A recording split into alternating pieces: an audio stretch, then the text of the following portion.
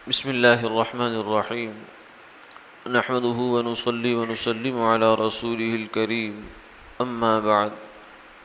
عن أنس بن مالك رضي الله تعالى عنه قال قال رسول الله صلى الله عليه وسلم: يا أبا ذر، ألا أدلك على خصلتين هما أخف على الظهر وأثقل في الميزان من غيرهما؟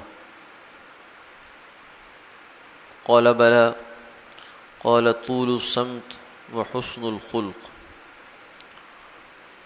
ما عمل الخلائق بمثلهما،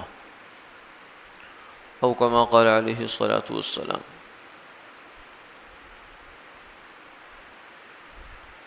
سیدنا انس بن مالک رضی اللہ تعالی عنہ سے روایت ہے کہ رسول اللہ صلی اللہ علیہ وسلم نے اپنے پیارے صحابی سیدنا ابو ذر غفاری رضی اللہ تعالی عنہ سے یہ ارشاد فرمایا کہ اے ابو ذر، تمہیں میں وہ دو خصلتیں یا باتیں نہ بتاؤں کہ جو کرنے میں تو بہت ہلکی ہیں، یعنی عمل کرنا ان پر بہت آسان ہے، لیکن میزان میں بہت بھاری ہے. یعنی قیامت والے دن نامہ اعمال تلے گا، انسان کا اعمال تلیں گے تو اس میں ان دو چیزوں کا وزن بہت ہوگا. انہوں نے عرض کیا کہ یا رسول اللہ ضرور بتائیے. آپ نے فرمایا طول الصمت و حسن الخلق، لمبی خاموشی اور اچھے اخلاق. یعنی آدمی جب تک ضرورت نہ ہو، شرعی ضرورت ہو یا عرفی ضرورت ہو، اس وقت تک بات نہ کرے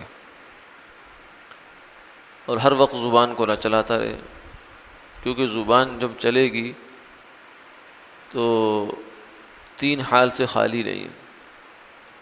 یا تو نیکی کا کوئی کام کرے گی، نیک بول بولے گی، ذکر ہے، تلاوت ہے، اللہ اللہ ہے، یا کسی کو خیر کی بھلائی کی بات بتانی ہے،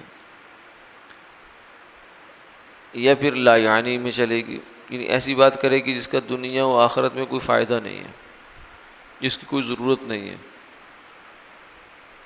اور تیسری صورت یہ ہے کہ گناہ کے کام میں چلے گی، کسی کو گالم گلوچ کر دی، کسی کے ساتھ کا دل دکھا دیا. یہ بھی زبان ہی سے ہوتا ہے.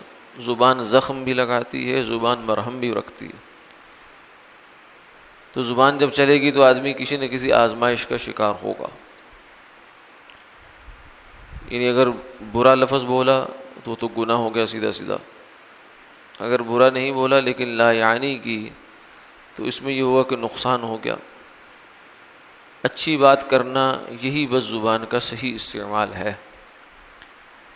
اب آدمی کون سی اچھی کرے کون سی بری کرے، اس سے بہتر ہے کہ خاموش رہے. جب تک اس کا علم پورا نہ ہو اور ضرورت نہ ہو گفتگو کرنے کی، تب تک وہ خاموش رہے. ایک بات تو یہ ارشاد فرمائی، اور دوسری ارشاد فرمائی حسن الخلق، اچھے اخلاق. اچھے اخلاق کی ایک ابتدا ہے، بالکل جو آخری سطح کے اخلاق ہیں وہ یہ ہے کہ کسی مسلمان سے آدمی خندہ پیشانی سے ملے، ہنستے مسکراتے چہرے کے ساتھ ملنا، یہ بھی حسن اخلاق ہے. اور ایک صورت یہ ہے کہ آدمی کسی کو اپنے ہاتھ سے، اپنی زبان سے تکلیف نہ دے، یہ دوسرا درجہ ہے. المسلم من سلم المسلمون من لسانہ و یدہ، مسلمان وہ ہے جس کے ہاتھ اور زبان سے کسی دوسرے مسلمان کو تکلیف نہ ہو. جو آدمی کسی کو تکلیف نہیں دیتا، یہ بھی اچھے اخلاق کا ایک درجہ رکھتا ہے.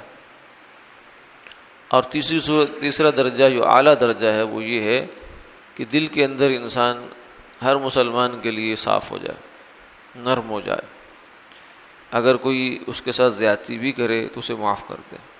واعف عمن ظلمک واعط من حرمک، جو تجھے نہ دے اس کو بھی دے، جو تیرے ساتھ زیادتی کرے اسے معاف کر دے، لوگوں سے درگزر کرنا، معاف کر دینا، اور سخت چلنے والوں کے ساتھ بھی نرمی کے ساتھ چلنا، یہ اخلاق کا اعلیٰ درجہ ہے۔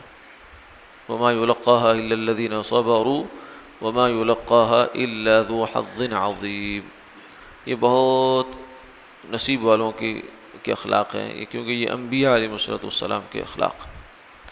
تو حسن خلق، اس میں کوئی عمل تو نہیں کرنا پڑتا، یعنی آدمی مصلی پہ کھڑا ہو کے ساری رات عبادت میں گزارے، یہ ایک مشکل کام ہے اس لحاظ سے کہ جسم تھکتا ہے، یا آدمی روزہ رکھے، اس میں بھی مشکل ہے، لیکن اچھے اخلاق کے ساتھ کسی مسلمان کے ساتھ پیش آنا دیکھا جائے تو کوئی مشکل کام نہیں ہے۔